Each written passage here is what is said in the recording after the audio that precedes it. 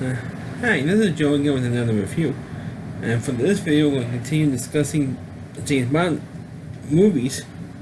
And of course, this is going to be the last one for a while, because I'm not going to do it for another few days. But for this video, we're going to be discussing the 1979 James Bond film, Moonraker, starring Roger Moore, once again playing James Bond.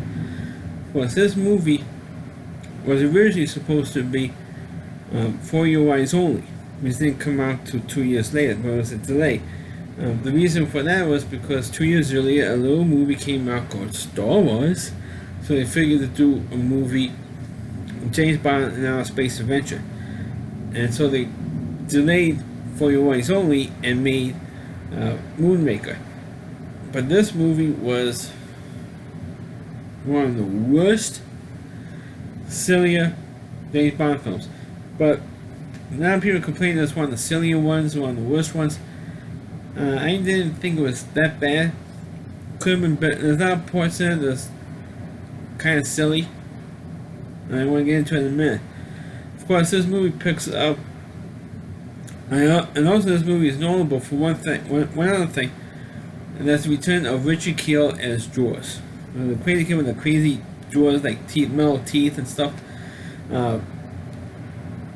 That he was the only villain, or at least Bond henchman, that I should say, who made an appearance in back-to-back movies.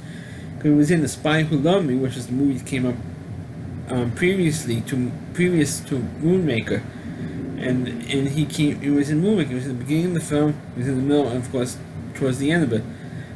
And it was kind of silly with Jaws in this movie compared to the first one. At least the first one was good. Richard Kiel was as Jaws, and this one was kind of silly because you see him following James Bond, trying to kill him with the parachute. The boat jumped out of the plane, and here he comes, menacing him, and menacing James Bond, or following him down with the parachutes. But Richard Kiel of Jaws crashed into a circus tent.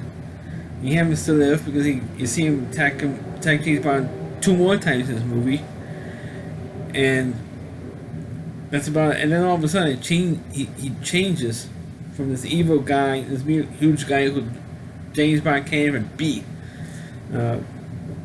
because he's so huge and it's made out of metal pretty much. So he changed, and at the end of the movie, he changes and helps James Bond out. Believe it, at the end of the film. But I'm getting ahead of myself. Of course, this movie is about a guy named Drax. He's a big industrialist. And most of James Roger Moore Bond films, Bond goes after either a drug dealer and live and let die, or some crazy industrialist planning to destroy the world and make a master race. And this was done a few times. And this one, the guy Drax, who was like a super billionaire, starts to hijack space shuttles, because at that time space shuttles were a big thing in 1979, because the Enterprise space shuttle was introduced by NASA, and in Bond trying to figure out who's kidnapping or hijacking these space shuttles, and he figures out that the guy who's been building them was the one who's been stealing them back from NASA and from whomever, because he wants to use them to go into this space station that Drax built that's orbiting the Earth. So he transfer all the people that he genetic that he had picked, like 2 by 2, these super geniuses, to go into live on the space station, where Drax destroys the Earth with his nerve gas, kills all the entire human population, and now he has all these super geniuses. When the gas disbands or disperses, whatever, goes back down the Earth to take over the planet, and that's it. That's the plot. So Bond goes up there with his other doctor, Dr. Feelgood, or whatever her name is, and they, of course, big surprise, stops Drax, and of course you had Jaws following them, because Drax hires Jaws to go after Bond, and you said they had a couple of decent fights with Jaws is hounding Bond, and then of course he does For some crazy reason, follows Bond up to the space station. As Bond hijacks a shuttle and it goes up to the space station, and then all of a sudden George finds out that Drax wants Bond dead, and for all of a sudden, for some stupid reason, George decides to do like in professional wrestling, a face turn. Decides not to kill Bond but go after Drax instead. And because he didn't think it was right to send Bond out, because he was just to beat him fair and square, and by just grabbing him and throwing him out to a space, an air chute wasn't right. So he does the face turn, and that's about it. It was really silly. And he meets this little blonde girl who's about maybe half the size of Jaws, and it was really, really dumb, really silly, and everything else. And then here comes the U.S. Marines using another show to go out to the space and defeat Drax and kill all his guys. And of course, Bond, using the same show, came up and to go out, and he destroyed. It was like a stupid video game, really. And that part comes like in the early days of the video games, you see the Marines using the laser beams to kill Drax's guys outside the space station using the cheap special effects.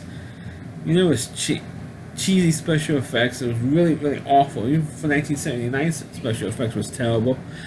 And of course, Bond uses the other shuttle. He destroys these little probes that's full of the nerve gas that's going to destroy kill all the population of the Earth.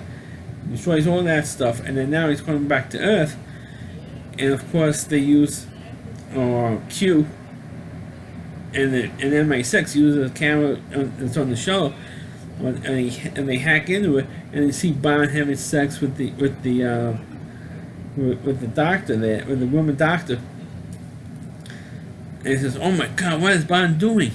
And of course, Q has the line in the movie. He says, "I think he's attempting a re-entry, sir." He says, "Oh my God, 007, how can you do this?" And of course, President Bond kills the signal to the camera, and it was really, really. Like I said, that was the best line in the whole movie. But I didn't think it was that. I thought the Jaws stuff, like towards the end, was kind of silly. But I think it was like a real waste of the Jaws character. Not only in this one, but the one before. Was a waste of the Jaws character because it was a great idea, great evil and killer, goon, and they totally waste the character. Why bring him back? Why bring Jaws back for the second movie if you're going to ruin it like this? And that's how I felt about the character in the second movie, because I thought it was a complete total waste of the Jaws character.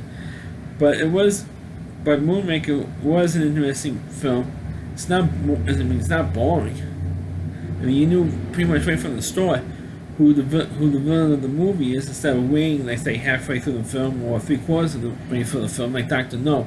You didn't even see Dr. No until about 3/4 of the way through the film. You knew within the first 10-15 minutes, who the villain was, and you knew they was doing something. Right? But of course, you didn't know until about halfway through the film what exactly what he was doing. But when you knew right from the start that Drax was the villain right from the start, and it's really kind of like a silly Bond film, but at least one that you could be entertained by because of the story. So that's my review of the movie.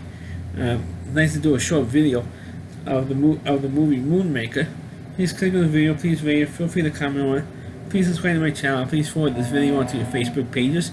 You can check all my videos on my YouTube channel on RallyC.com, that's all WDY, RallyC.com. The homepage of our reviewer, Christy Moore, and check out all of his videos on this website as well. Thanks for watching, and catch you next time.